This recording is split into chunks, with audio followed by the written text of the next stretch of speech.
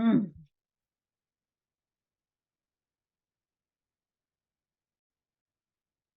So, okay.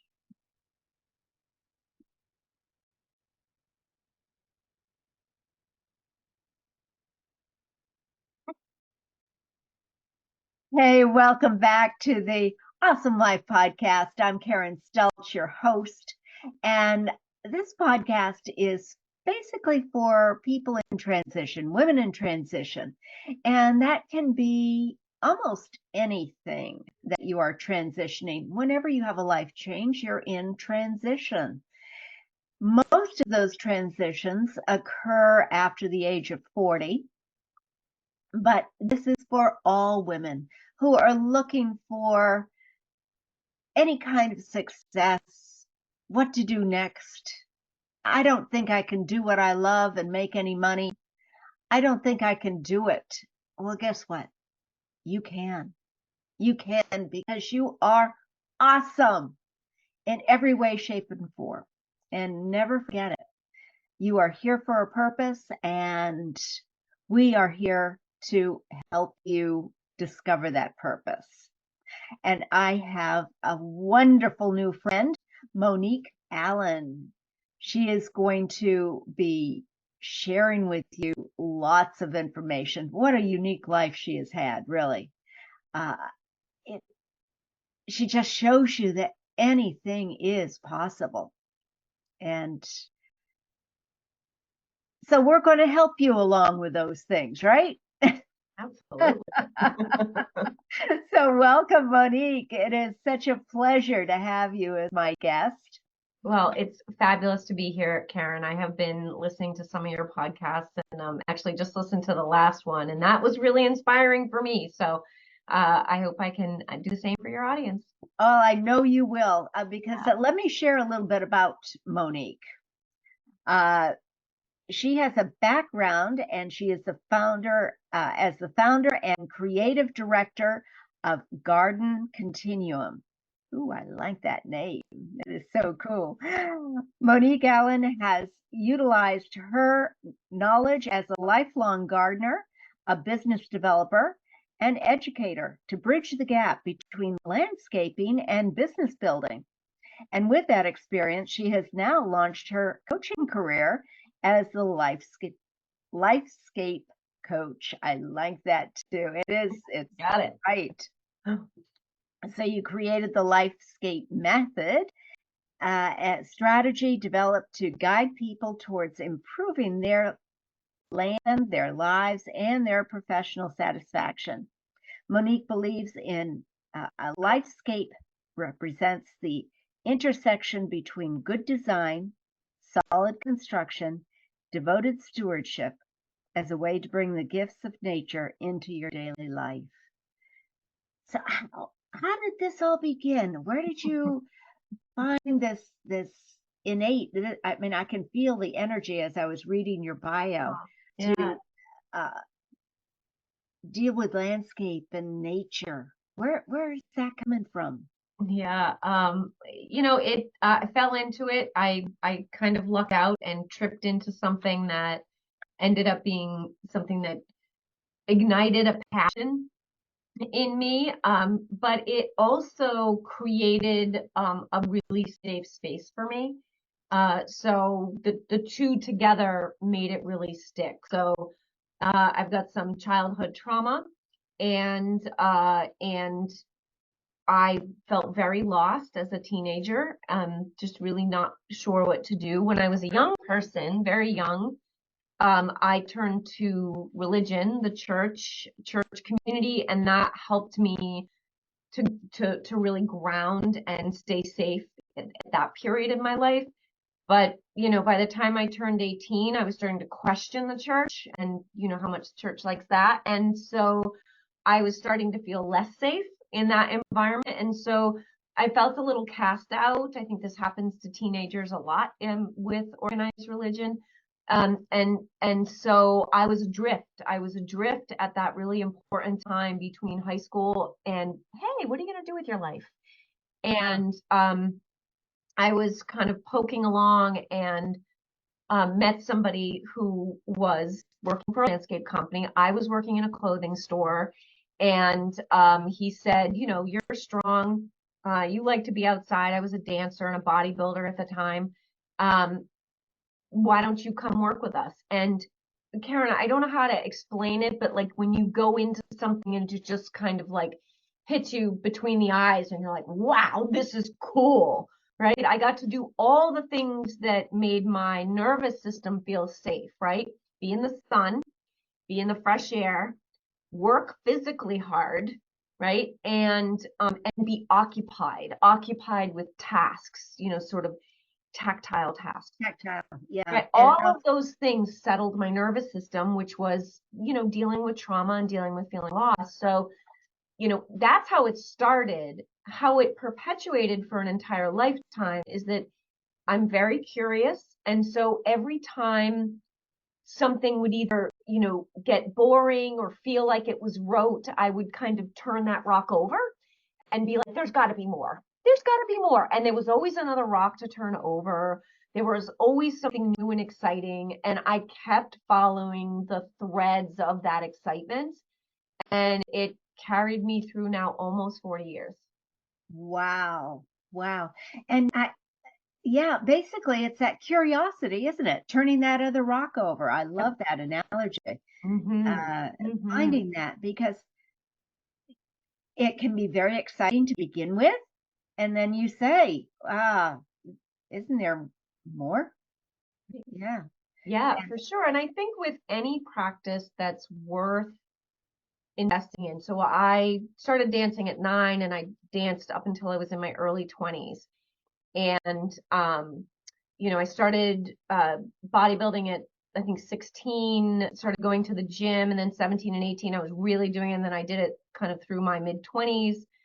And there are a lot of things in dance, in any physical practice that's rote, right? You have to do it over and over and over and over and over again. And so you practice pointing your foot.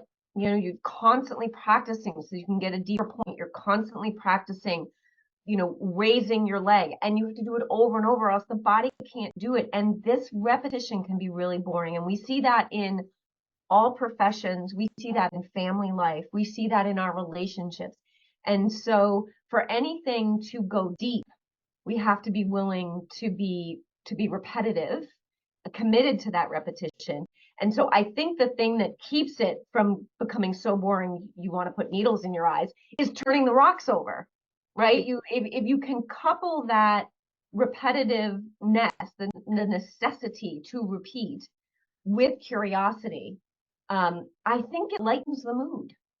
Yeah. I think it just helps you stay buoyant. I love that. Yes, you're absolutely right.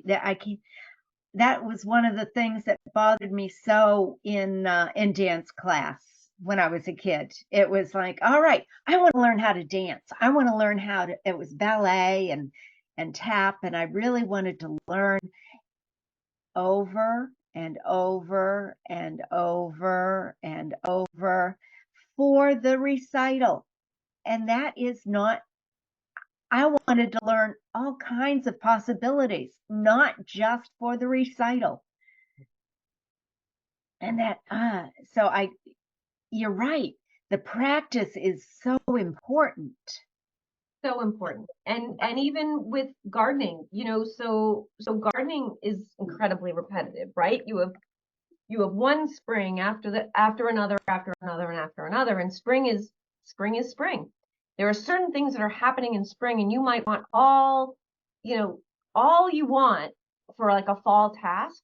You're not going to do it in the spring, right? So there are these lessons, I think, in what it means to be human, what it means to navigate through our lives, which is, that change is the only thing you can absolutely be committed, know that things are always going to change. The guarantee. But they're also going to stay the same.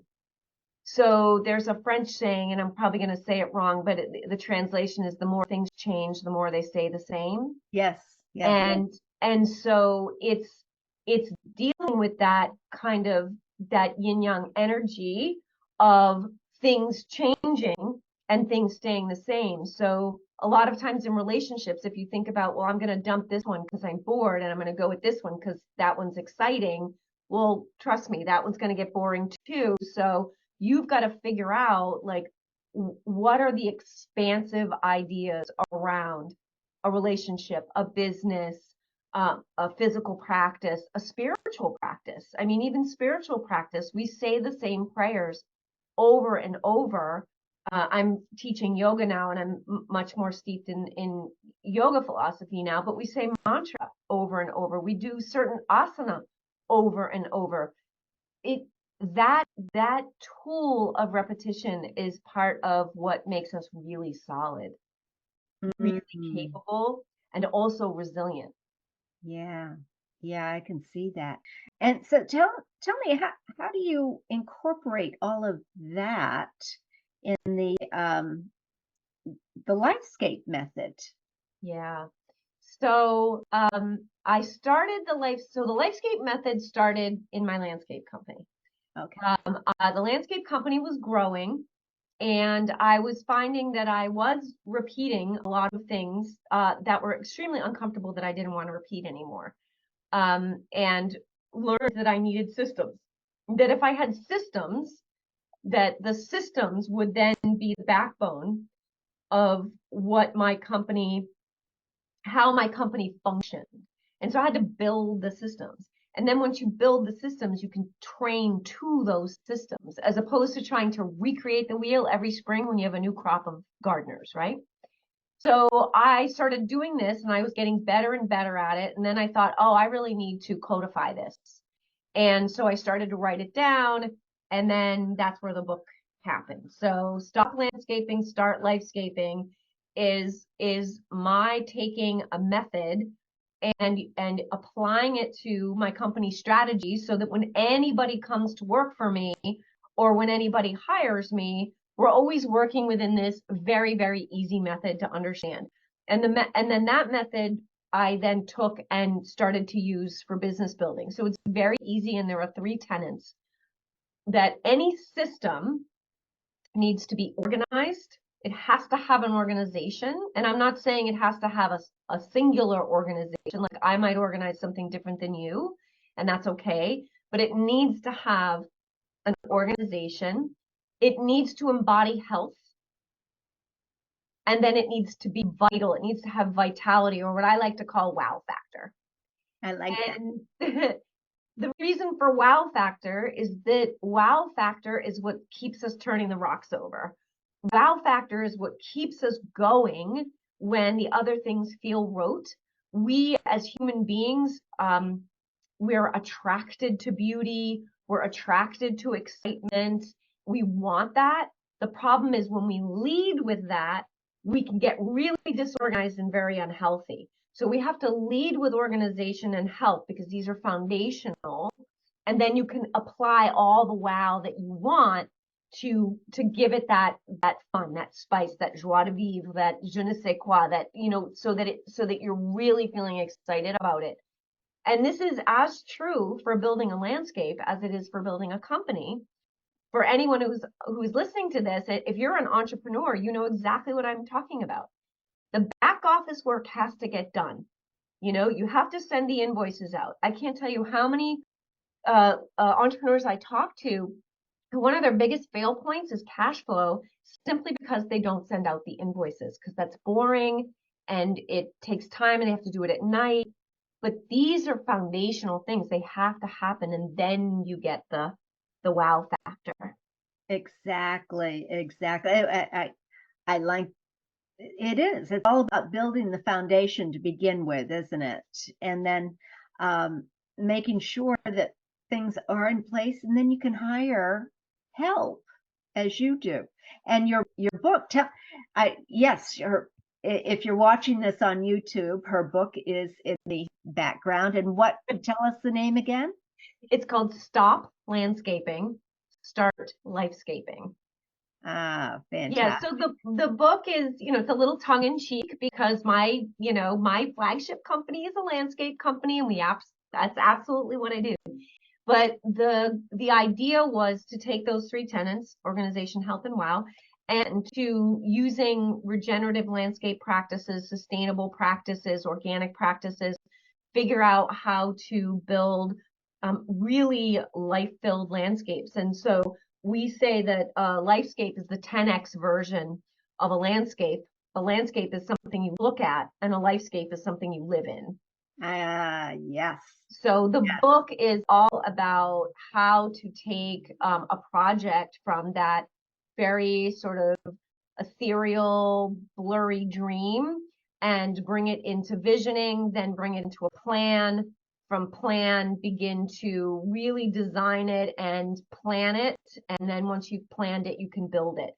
Most projects in my industry get kind of thought out, scratched out on a napkin, and then you start building, and there are disconnects. Either that or things are over planned. And another thing my mother used to say, again, not her saying, but all outcomes are overdetermined.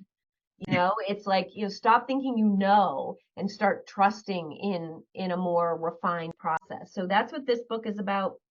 And I'm in the process of writing a second book called The Embodied Entrepreneur, which is basically just taking the same exact kind of framework, but putting it to entrepreneurship with a bit of an overlay of my story of how entrepreneurship is very interestingly attracts a lot of trauma survivors. Isn't it interesting? That is fascinating. So you've been in the landscape business for a number of years. You started in landscaping at what age? 18. 18. Wow.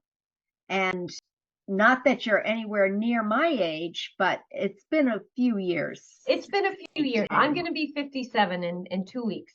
Oh, wow. And I'm still running a landscape company. And you look amazing. I can't believe you're 57.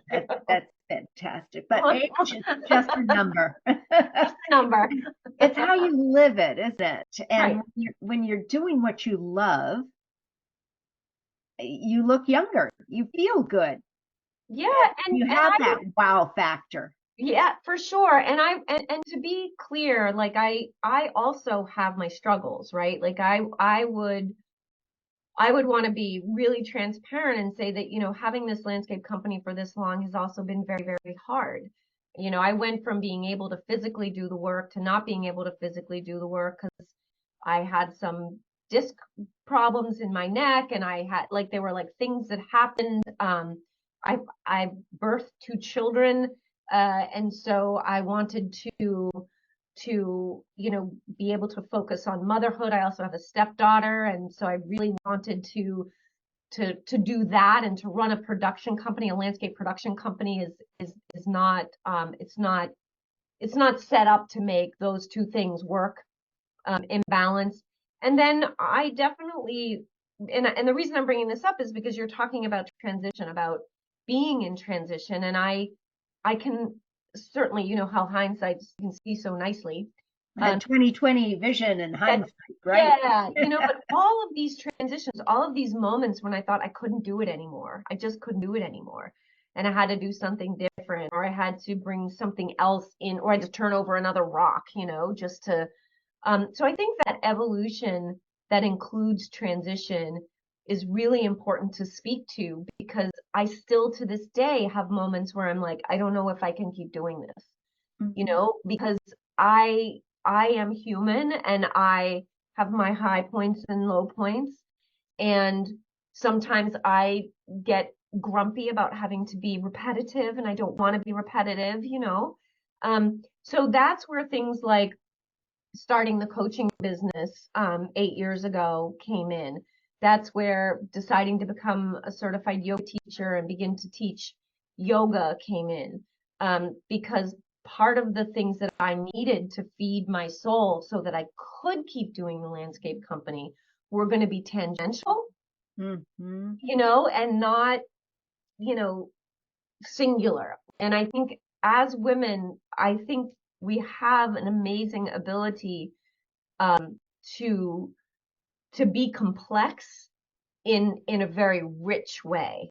I don't mean complex in a negative way. I mean in a rich way. I think that's why women can be parents, be raising children and doing a job, and they somehow still get the holidays done and get the, and I'm not saying that's stressful, but I think we have a way with complexity. We have a way with knowing that this thing over here is going to be food for our soul so that I can keep doing this thing over here. Exactly, exactly. And I love the fact that you really have lived that transition. Mm-hmm. You really found yourself saying, I can't do this anymore. I physically, I love landscape, I love nature, I love design. However, I cannot physically do this. So what can I do instead? I don't want to give up my bread and butter, but it isn't just bread and butter. I love nature. I love landscape. I love design. So what else can I do?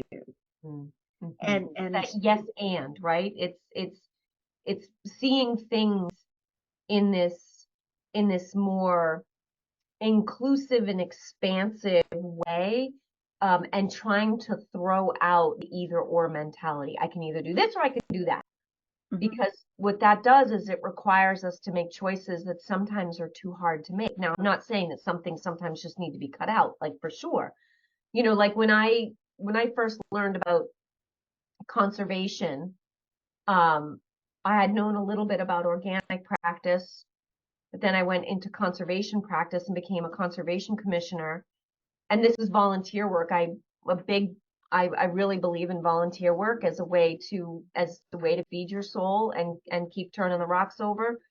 But I didn't know what I didn't know, and until and I'm like, I've been doing this for 20 years and I didn't know that. So then I literally started changing my whole company to follow conservation and sustainability practices, and then I moved into regenerative practice. So I really think that when we move into these transitions, we have the ability to say yes and.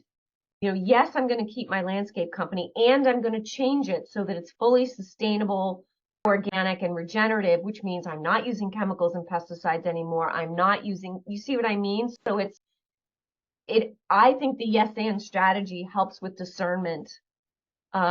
It's hard. It's not always easy, but I think it does help with that decision making. it absolutely, absolutely. And I think it's important to recognize that we do have a choice. It doesn't have to be this or that. With that said, sometimes we do need to focus a little bit more on this. Yeah. With the understanding that it is bringing us to that. Yes, I like that. I like that. Because that has a lot of motion, right? That sort of illustrates transition, right? Transition just the word itself says we're moving. Transition isn't being stuck.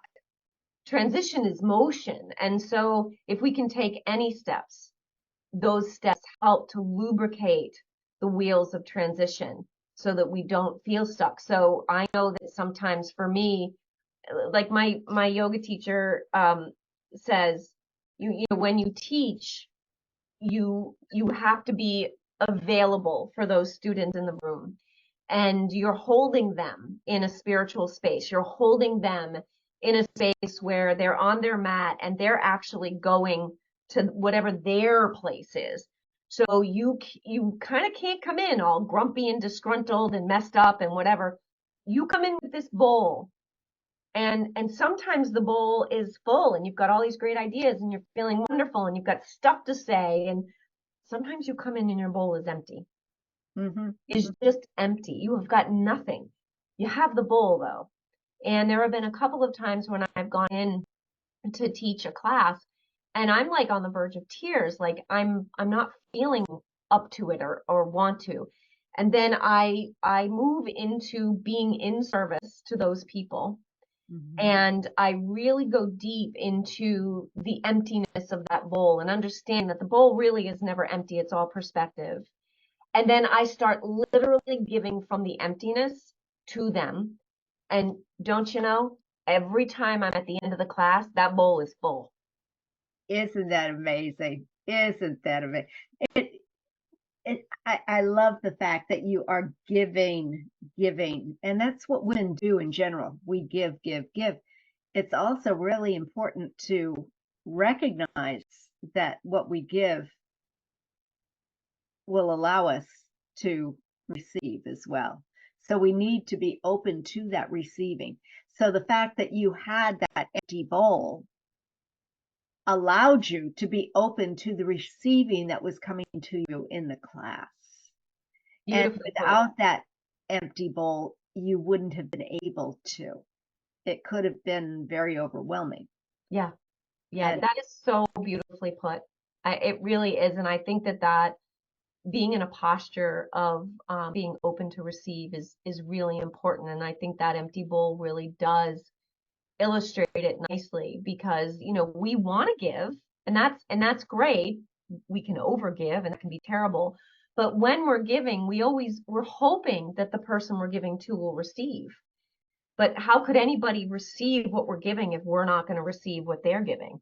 So I love that. I love that idea of making sure that we're open to being receiving. Yeah, and having that, well, going in, I also look at the empty bowl as being open to the possibilities. Being open to the possibilities that are there. And I feel like having some tools along the way. For me, it's about having the tools to help you expand when you are in that place. Yeah.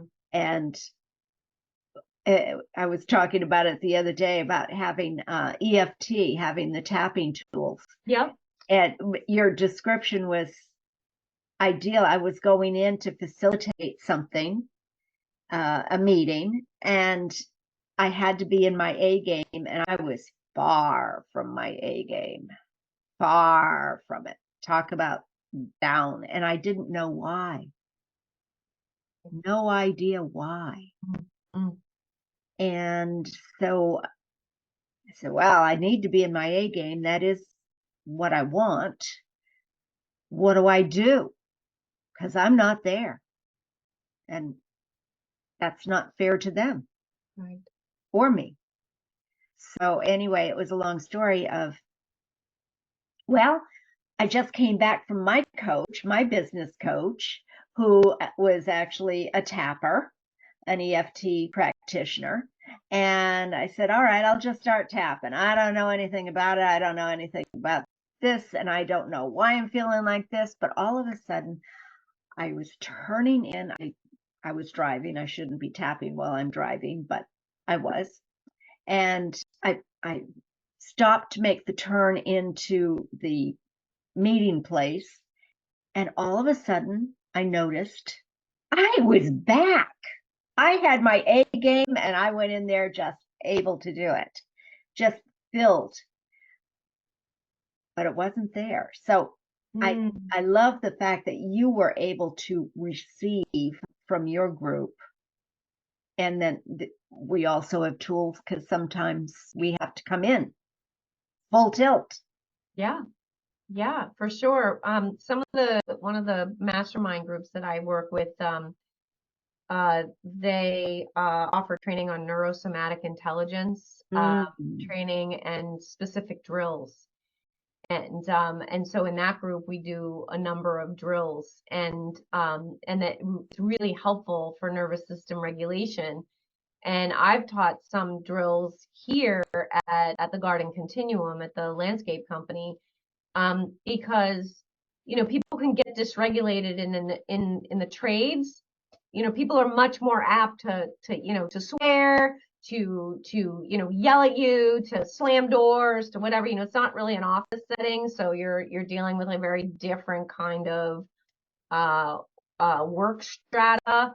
Not everybody really having learned tools around behaving in a certain way. And I would say that our company is just very, very well behaved, but out in the industry, it's tough. So things like neurosomatic drills are really, really good tools to. Is that something you can share? A Yeah, sample? so like very, very simple, very, very simple things, like sitting in your chair and putting your hands on your thighs and just rubbing your thighs before, you have to talk to someone about something that might be difficult. We can also rub our palms together. You can also, when you're listening, you can put your elbows onto your knees and kind of rub your hands together. And what this is doing is it's physical touch, and it's stimulating the nerve endings in your hands and in your legs and keeping you out of your limbic brain. So what's happening is when we drop into the limbic system, that's all about you need to survive. And so if we're in there, what we're going to do is run. And I'm probably not going to run if I'm gently just rubbing the top of my thighs. It's soothing. Think about how like a mom might soothe a child.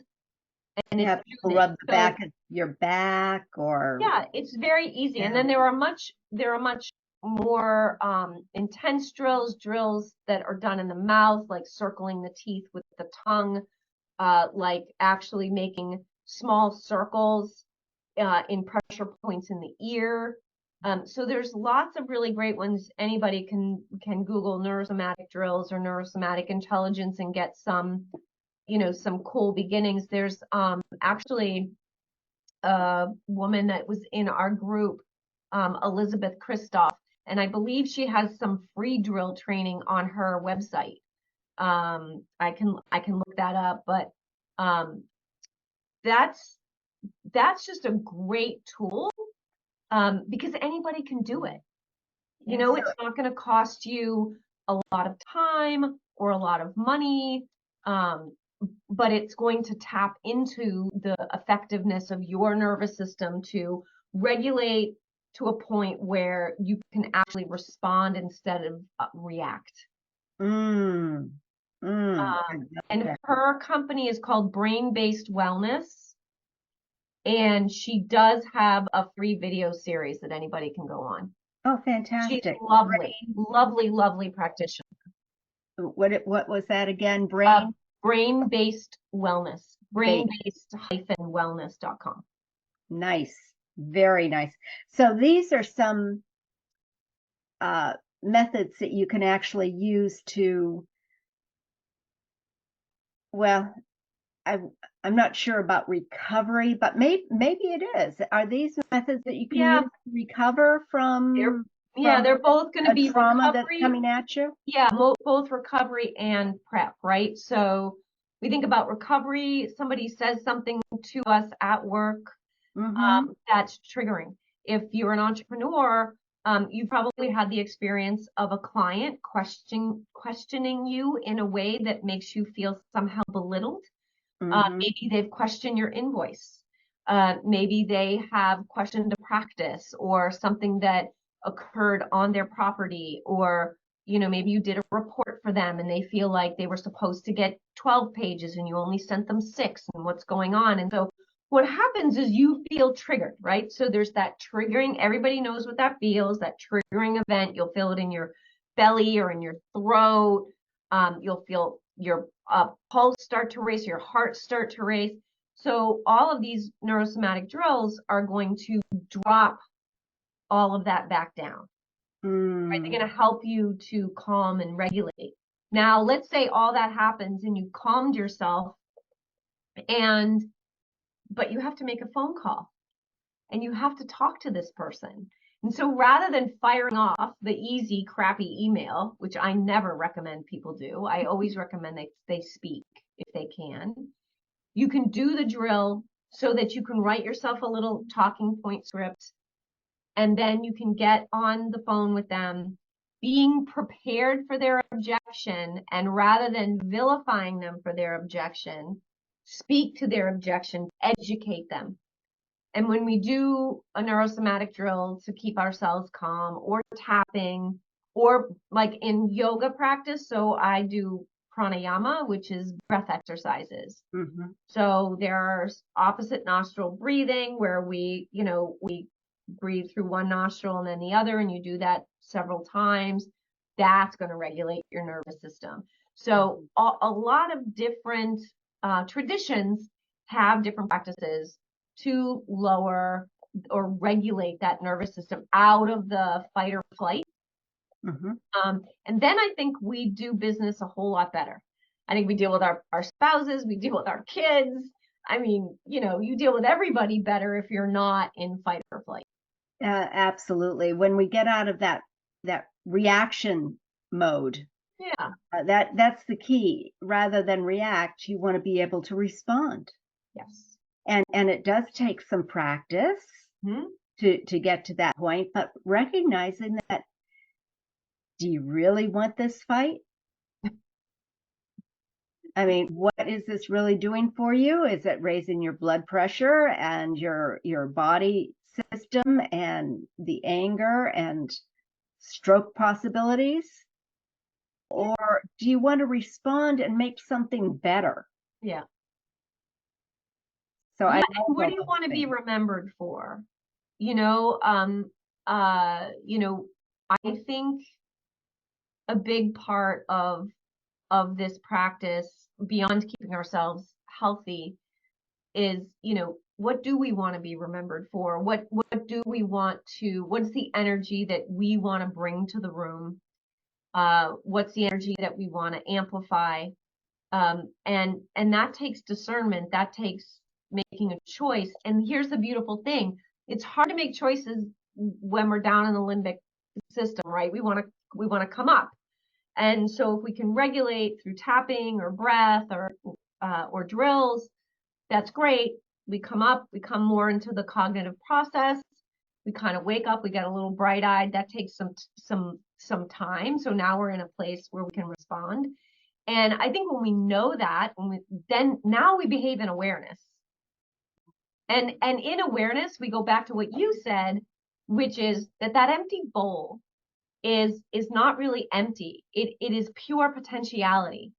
It's full of pure potentiality. And when we're in awareness in our relationships and in our projects, there's amazing potential. And that's what we're after, right? As human beings. But if we're sticking with women in transition, all the things that we go through, like, am I going to stay married? Am I not going to stay married? Am my children are gone? Like, what am I going to do with my free time? Am I going to volunteer for this? Am I going to go to that trip to Costa Rica? Like, what are the things, what are all the decisions that I need to make that keep my world, my life, my potential fluid? Because, I'm hoping I got another 37 years. Like, that would be fabulous. So why not? Why not? You have a whole lot more than that. The possibilities are endless, right? Right. So I love these tools because I think we can apply them in all of the transitions and all of the areas of our professional and personal lives. Yeah. And that really is what makes life good. Sure. It makes life a whole lot better. And I love the things that you have come up in your Lifescape methods are similar but more concise to what the awesome success system is. Yeah. Again, with the awareness and the allowing, you have to be aware, and then and the enjoyment, the wow factor at the very end, both of which are mandatory for having a great life. Yeah, for sure. And so for me, like, for the Lifescape coach, my goal is, I want to help you build a high integrity business so that you can have a rich life.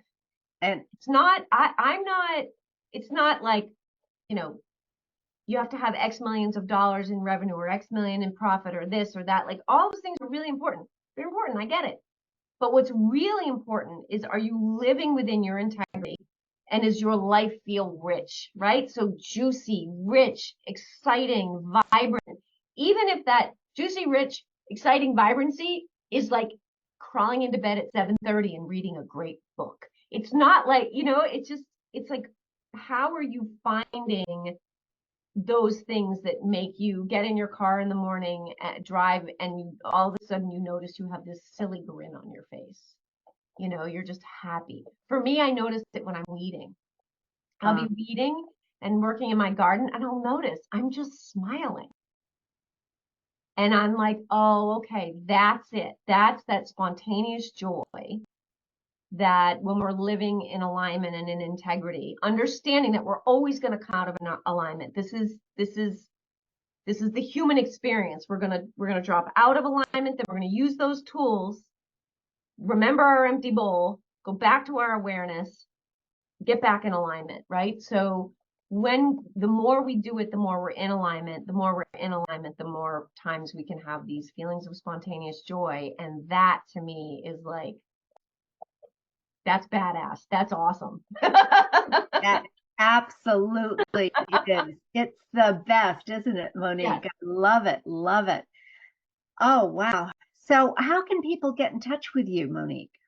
So my website is thelifescapecoach.com. So very easy. And my happy place on the socials is Instagram. So Monique.Allen. And yeah, you can get in touch with me. I write a couple of blogs. If you happen to be a gardener and you love gardening information, I have a really vibrant gardening blog. And then I also do a business blog, and they're both free. So sign up and get the blogs. And, you know, if you're building business and you want to talk about building business, just hop on and click on the get started and drop me a line. Oh, that's super simple. You make yourself so easily available, and it's wonderful because I can see how so many people that I've been talking to, that's what they want. They want to get out of the rat race. How on earth? And their love, when you were talking about the silly grin on your face when you're weeding, I hear that a lot. I love when I'm playing in the dirt and and making things grow. Yeah. And I'll also just share with you one of the things that I love to do, which I think, so like you, I also have a business coach, you know, like I'm always turning those rocks over. But one of the things I love to tell people is to allow themselves to find one thing. Like I think it can be really overwhelming when you're in transition. It's like, should I work on that or this or that? Or like, it's like, what do I work on first? Yeah, it's really hard. And so one of the things that has helped me for myself, and I've also seen it help my clients, is to sort of like pick the first thing. And in landscaping, what I call it is the small win project. And because, you know, landscape projects can cost hundreds of thousands of dollars. So sometimes people just don't have that, and they need a small win. They don't really understand the process well enough. So I say, okay, find the small win project, the one thing that's a big enough rock that you need help. You can't do it yourself, but not so big that you need like an entourage and hundreds of thousands of dollars. And so I have a program that I do called the Rapid Relief Program. And it's really cool because what we do is we identify that one big rock that you need to move that's, you know, big enough for us to work on together, but not so big that you need to invest, you know, 50 grand in coaching. And we just look at that one small thing and say, if we flip this thing, how is your life going to be better? How is your business going to be better? What's that small win? And that sometimes is enough of a spark to kind of get the ball rolling. And so the Rapid Relief Program works really, really nicely. It's just a very easy way monetarily, but also in time and project. And I think for anyone in transition, whether they work with me or work with you or do like an online program, or pick a small win, something that if you were able to get that done in a short period of time, and I'm thinking like 5 to 7 weeks tops, that's going to make more impact to just get your momentum, kind of just grease the wheel so that transition starts to feel like it's got some momentum. Wonderful advice. Absolutely wonderful advice. You got to have those small wins. And if you don't know where to start, it's like you say, the possibility, and like I say, the possibilities are endless, but I was stuck there, and And if I had had somebody like you to show me the way of just doing a small win, because that is what creates that momentum. For sure. For Uh, sure. And sometimes having all those possibilities is exactly why we feel stuck. I think mhm. it was Simone de Beauvoir said, I'm limited by my lack of limitations. Yeah, I love that. You Oh know, my we goodness. actually we need to edit. We need to, know that we've got so much potential and all of these possibilities, but we need to edit, because we don't have all the possibility and all the potential right now. So when we edit, and I teach this in the book for gardening, is, you may want all these things, but the goal is to edit it down. And then you can choose the things. So, that's another little tip to help make steps forward. Oh, that is fantastic. I love those tips. That's Awesome. fantastic. Oh, Monique, thank you so, so much. And everyone, we will have all of Monique's information in the show notes. She is fabulous. And as you can hear, she is so knowledgeable in so many ways. And she can truly help you in what you are looking for in getting through those transitions, creating your entrepreneurship, starting your landscape business, taking those baby steps, even learning how to breathe. She's amazing in all of it. So be sure to look her up and check out her blog and reach out to her because she is wonderful. And I'm grateful to have her as a new friend. So Thank you thank so you for much, Karen. joining me today, Monique Allen. And until next time, everyone, be awesome.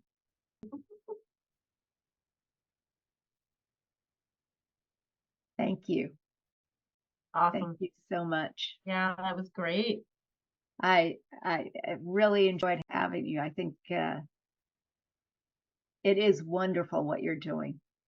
Oh, thank you so much. Thank Yeah, you. Yeah, work in progress, right? We're all just a work in progress.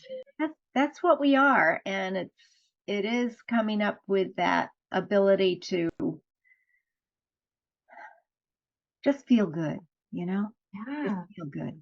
Yeah. I mean, right? That's in all the transitions and all of the different phases in our lives, we've got to lean into feeling good in a wholesome, in a way that is, sustainable. Like I feel good if I eat chocolate ice cream, but I don't feel good after. So it's Exactly. It has to be something that isn't going to hurt you or somebody right. else. So yeah, I always uh, put that caveat on there. Right.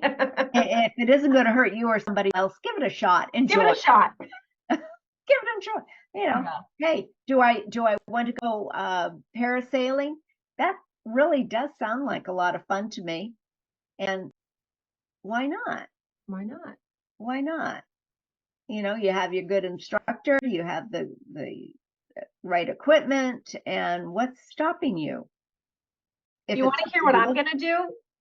So one of the things that I want to do, they have these rooms called smash rooms. I've heard And of they them. have like all this junk, and stuff like old televisions and, lamps and bookcases and whatever. And you go in and you pick your weapon of choice. I want a baseball bat. And you just go in, you wear goggles and, whatever, and you just break stuff. And the whole idea is to sort of move through some of that energy that we don't, especially as women, don't really get encouraged to move through. And it's not hurting anybody. Might be hurting the lamp, but that's okay. It's there to get, But the I even just thinking about it, it makes me very happy. Exactly, exactly. And that, we're all taught to, the only way to do this is to think positive thoughts and to breathe deep. No, when you're upset, you want to smash something. Come on, let's be real. That's why I love EFT. Yes. It's yeah, exactly. And you can yell, scream, swear Yeah. preferably when there's not anyone else around. Yeah, But preferably. you know, that's why the smash rooms are Why they're getting popularity, right? I mean, it's a safe place it's a safe to get some destructive energy out, yeah. and it feels like destructive energy, but I think then I'm imagining, because I've never done it, but I'm imagining that once you do it, you realize it's actually not destructive energy. It's pent up energy that you haven't been able to move. And so this gives you the ability to move it. And I imagine that it creates a lot of nervous system kind of space. You know, you probably get out of there kind of buzzy and vibrating on kind of a high. But my sense is that you know, it allows you to maybe clear something that otherwise can't get cleared. You know, screaming into a pillow, they say, you know, you just scream into a pillow. You don't want to hear it, you know, you don't want anyone to hear you scream. But I had a coach who told me to go out in the woods and scream. Absolutely. Get it out there. That's and that's why, you know, a lot of people become addicted to exercise because they're not allowing this pent up energy to really release unless they are exercising. Right. And they haven't gotten another way of dealing with things. Yeah. And that's something we need to work on as well, creating that mind flow to allow safety and not overdoing anything, become obsessive about any one thing. But get everything in moderation. Everything in moderation. Everything in moderation. And try it. Try it. And practice and do the routine over and over again, but find a way to make it fun. Yeah. For sure. Karen, this was really great. Thank you so much for inviting me. Oh, thank you for joining me. I really appreciate it. And it's wonderful to know you. And I know that we will stay in touch. Yeah, let's definitely do that. And you'll let me know when you think this will drop, and so I can help promote the show. And oh, I'd appreciate that. Yeah, it's actually I'm thinking at this point probably the 3rd or 4th week in September. Okay. So if all goes well. Okay, yeah, I'll just write 3rd or 4th week in September, and if I don't see anything toward the end of the month, I'll just poke you and just give a little call and say, let's out. Perfect. And I will send you a little graphic that you can use. Oh, okay. Yep. Give the details. So. Yep, that's all righty. Monique, thanks so much. Thank you. Have a great wonderful weekend.